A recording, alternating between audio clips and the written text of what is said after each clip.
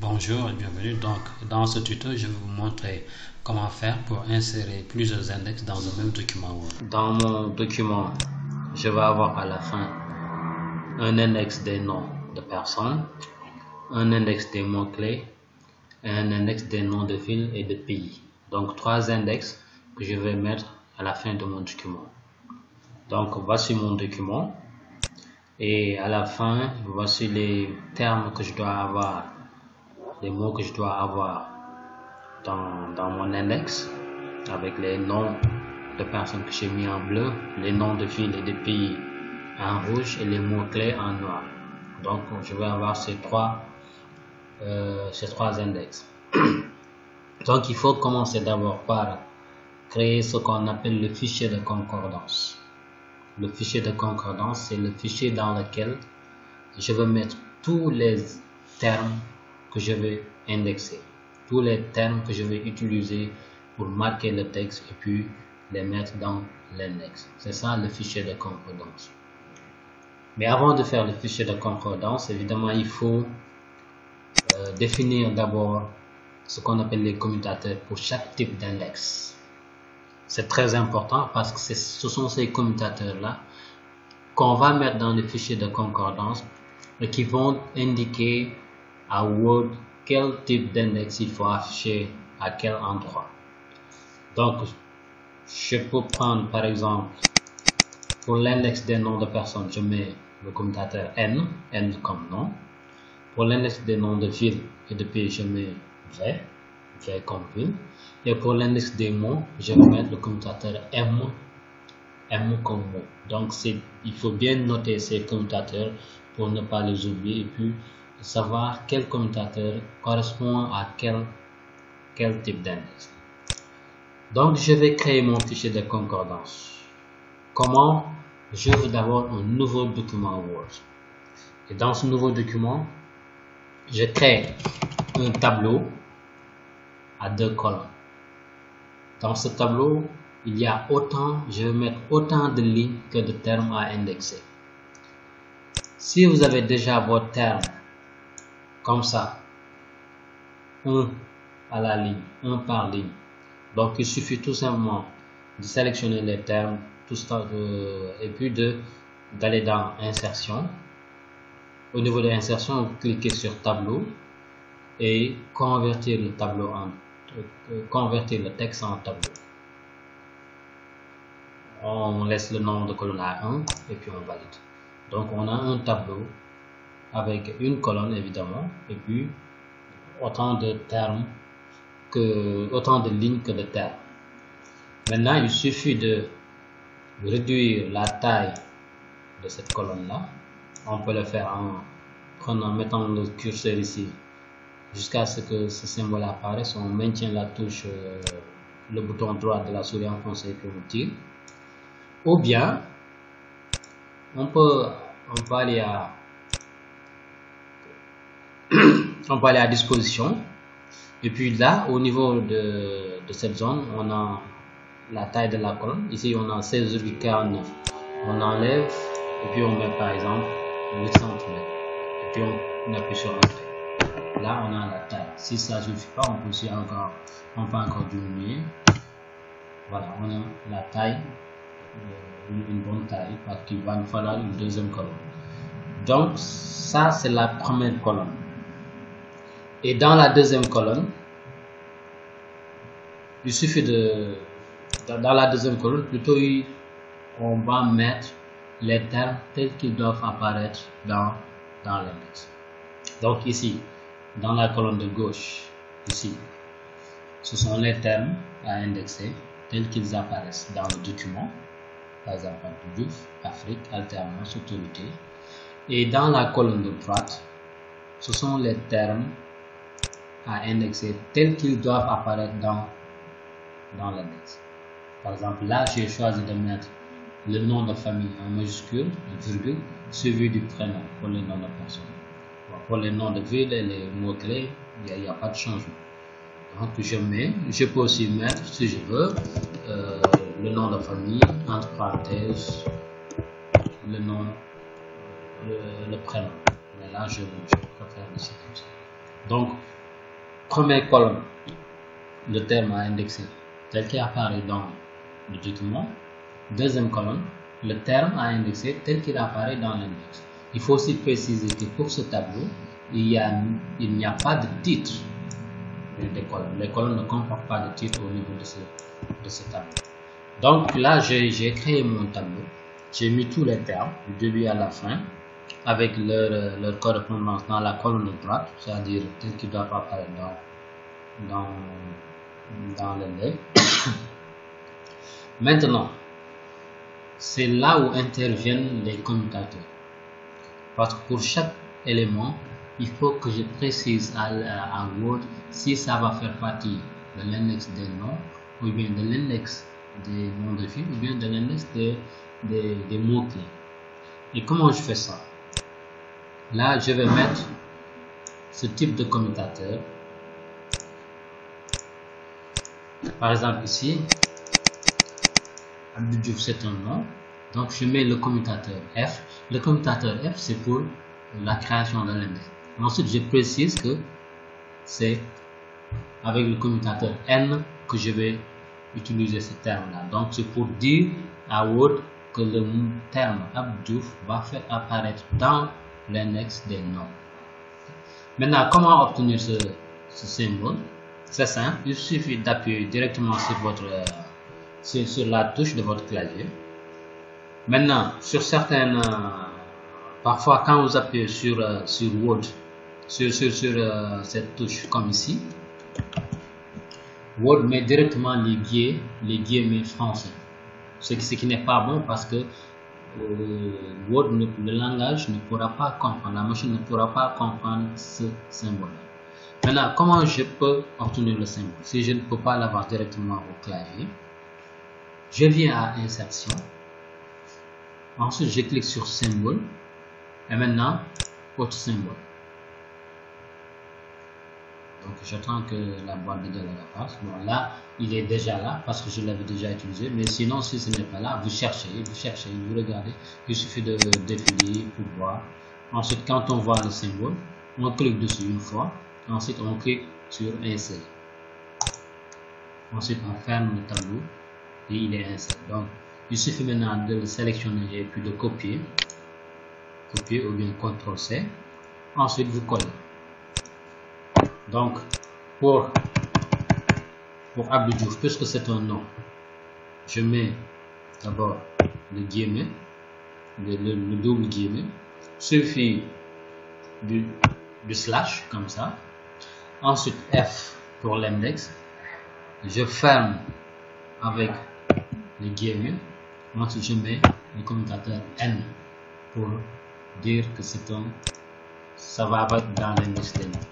Je fais de même avec tournant, donc guillemet slash F guillemet et puis N.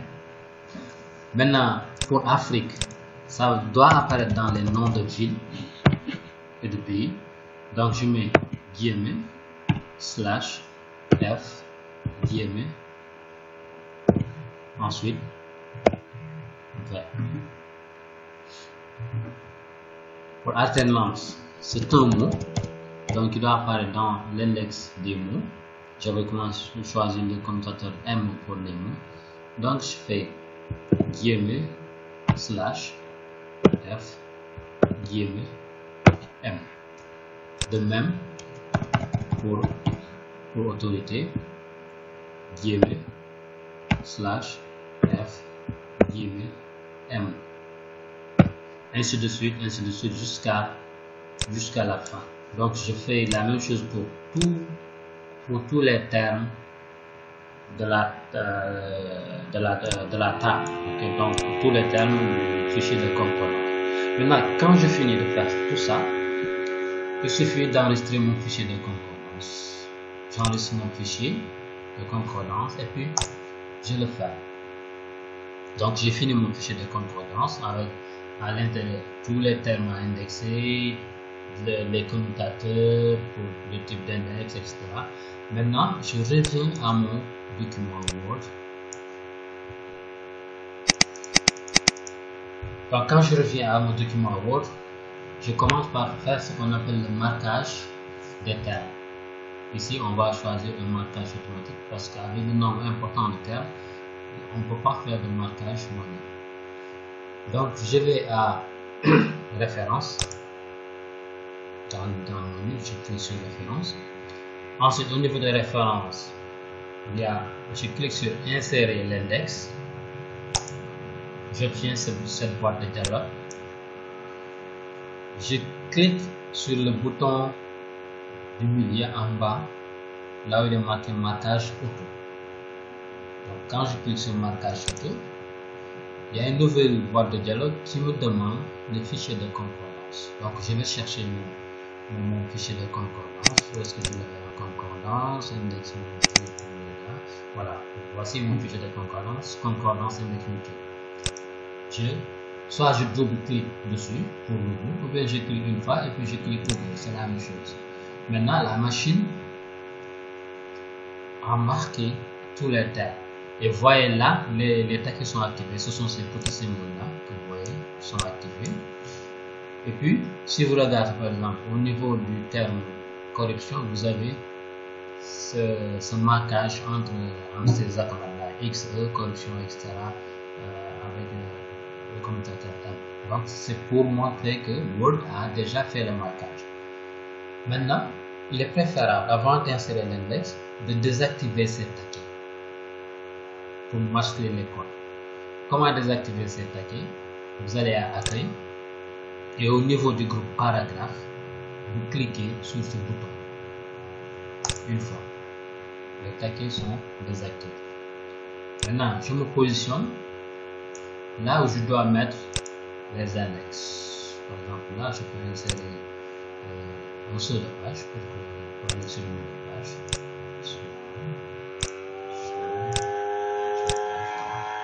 Donc là, par exemple, je mets l'index des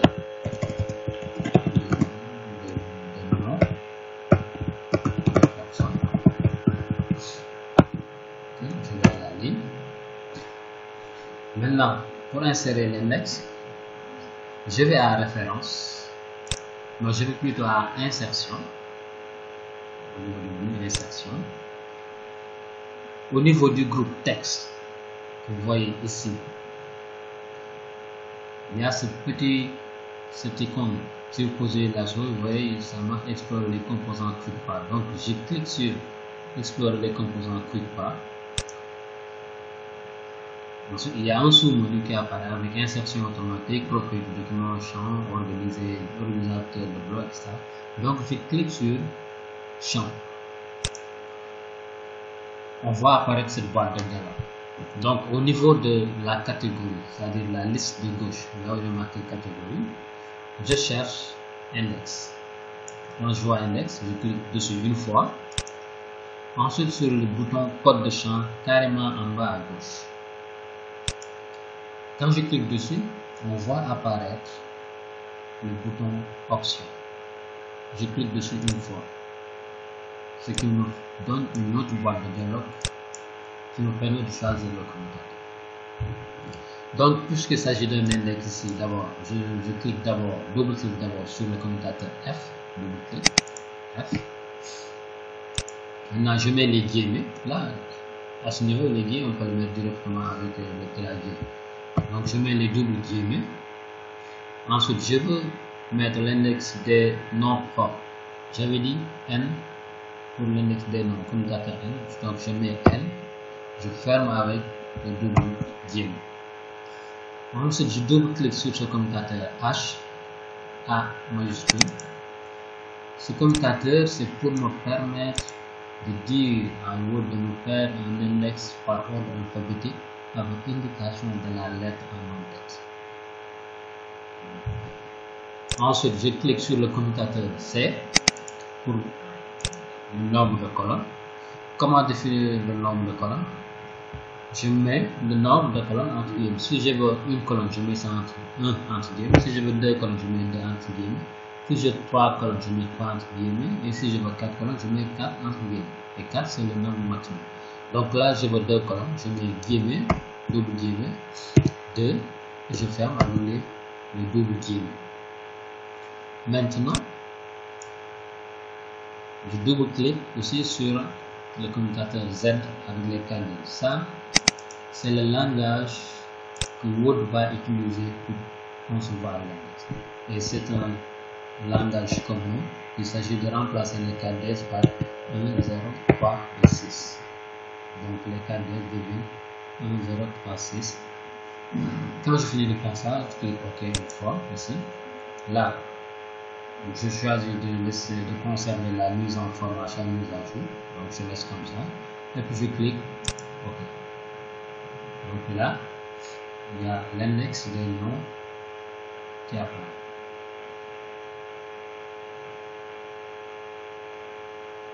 Je peux sélectionner, si je veux, je peux sélectionner l'index et puis faire la mise en forme que je veux. Par exemple, times minimum 12, interligne 1,5, etc. couleur noire, etc., etc. Donc je peux faire la mise en forme. Bon, si je veux mettre l'index des mots que, par exemple, je mets l'index des mots, je vais aller.